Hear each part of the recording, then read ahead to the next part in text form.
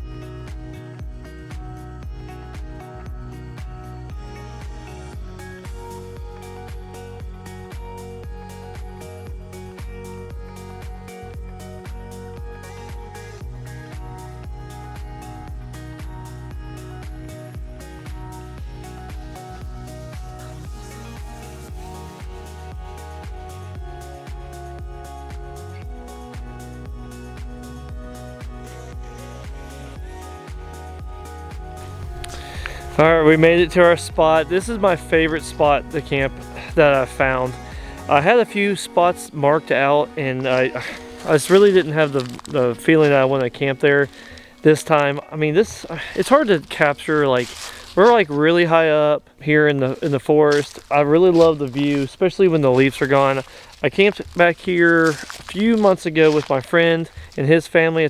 We had all the kids, me and my buddy, and like 6 kids. We camped out here, and I didn't film that trip. Just kind of wanted to just enjoy like some family and friend time. But this is where I camped when I did my solo trip back in December of a year or two ago. I can't remember. But I really like this spot. It's really far off the road. It's really high. So this spot actually has this a little bit of cell service. I know that you can't get away from your cell phone, but it's more of a like a safety security factor that I could text my wife and let her know that we made it and when we leave. So let me get camp set up real quick, and we just brought a little bit of stuff. We shoved everything into the Jeep. I wanted to see what we could do, just not bringing trailers or anything. We don't have the rooftop tent today. I don't have a rack yet for that, but I'll show you guys around here in just a minute.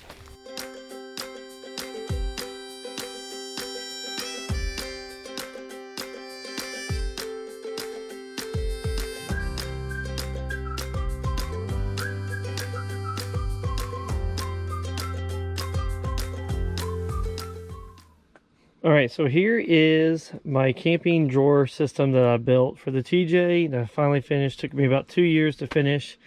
Everything that you see here is, you know, I've got this fridge from a company that let me review it on my YouTube channel. So if you haven't seen those videos, I'll link that video up. The camping fridge, I absolutely love it. It's my favorite camping piece that I own. I bring it pretty much everywhere. We take it on trips, all kinds of stuff, but I wanted it to have a spot here in the Jeep, kind of permanently. This box is kind of mounted down to like one bracket in the Jeep, like a ratchet strap on the side.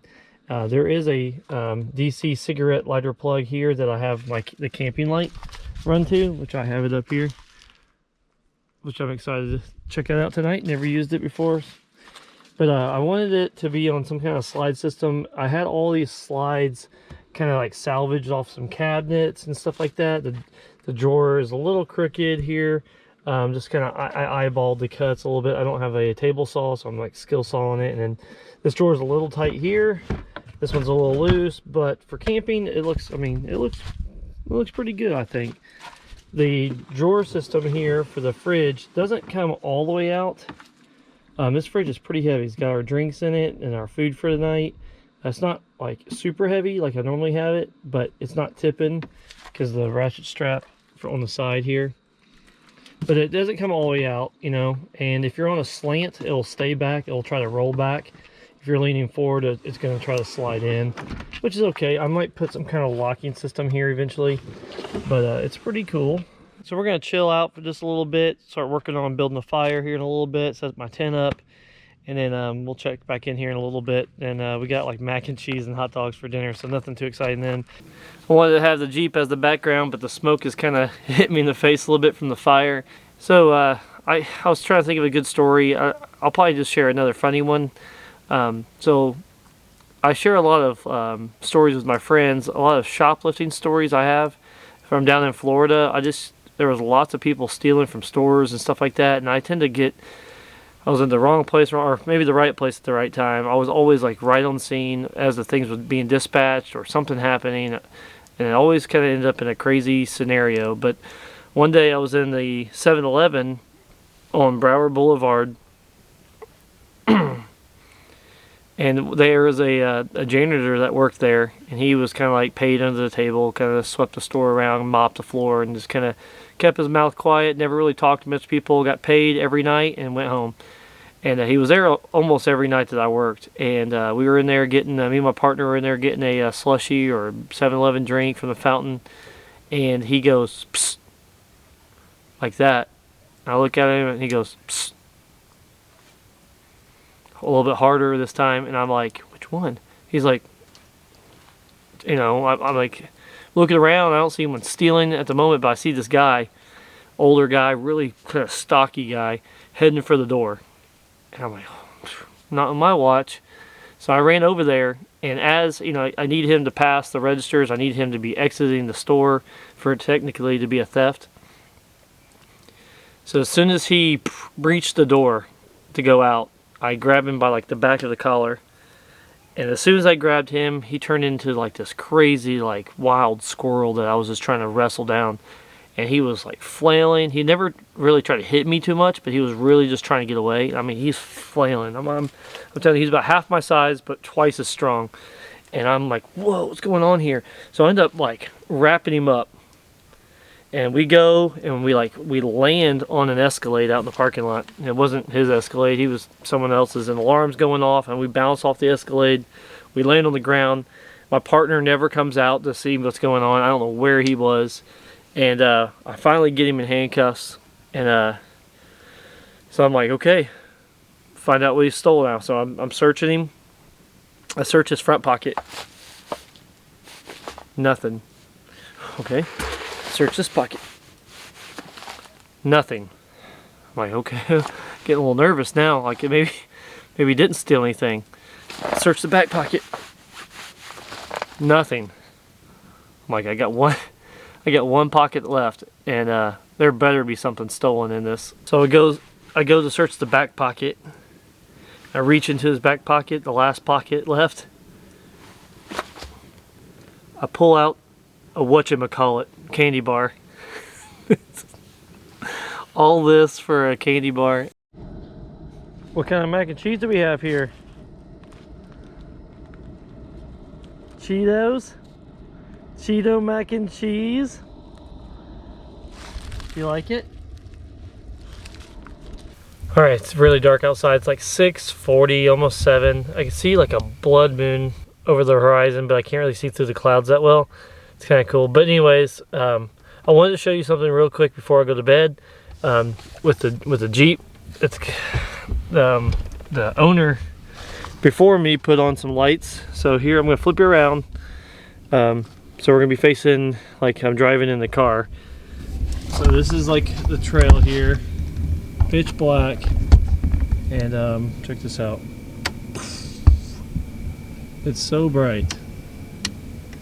These are like the little trail lights here on the side, and then I'll kick those off, and then here's the big light up here in the front. It's intense, like it's pretty epic.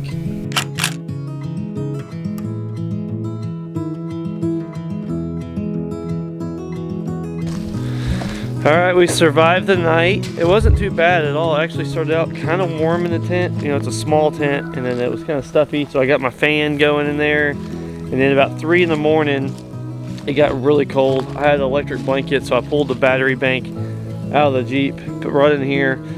The electric blanket was running like 50 watts, so it was pulling a pretty good power, which I had limited supply of battery, and I still needed to run my fridge. So we ran it for like a couple hours, and eventually I threw on the little buddy heater around like 3 or 4 o'clock, and then that kind of got us through the night. I kind of was awake pretty much the rest of the time, and then but the buddy heater kind of just it made it perfect. It was awesome. So that was we actually slept pretty good. So we're cooking up a little bit of breakfast, some sausage and eggs here on the little propane stove. Got a little fire going to keep us warm, and then we're gonna pack up here in a little bit and head on back. So it was a fun little time out here. It's beautiful out here. It's just nice and calm. This is probably one of the last good weekends that we have this year. Just to really, I mean, without it being really cold. I'll probably come out here sometime during this winter, I bet, and camp by myself, but I probably won't bring any of my kids or something like that. It's just a little bit harder. It's kind of miserable when you're camping that cold. But yeah.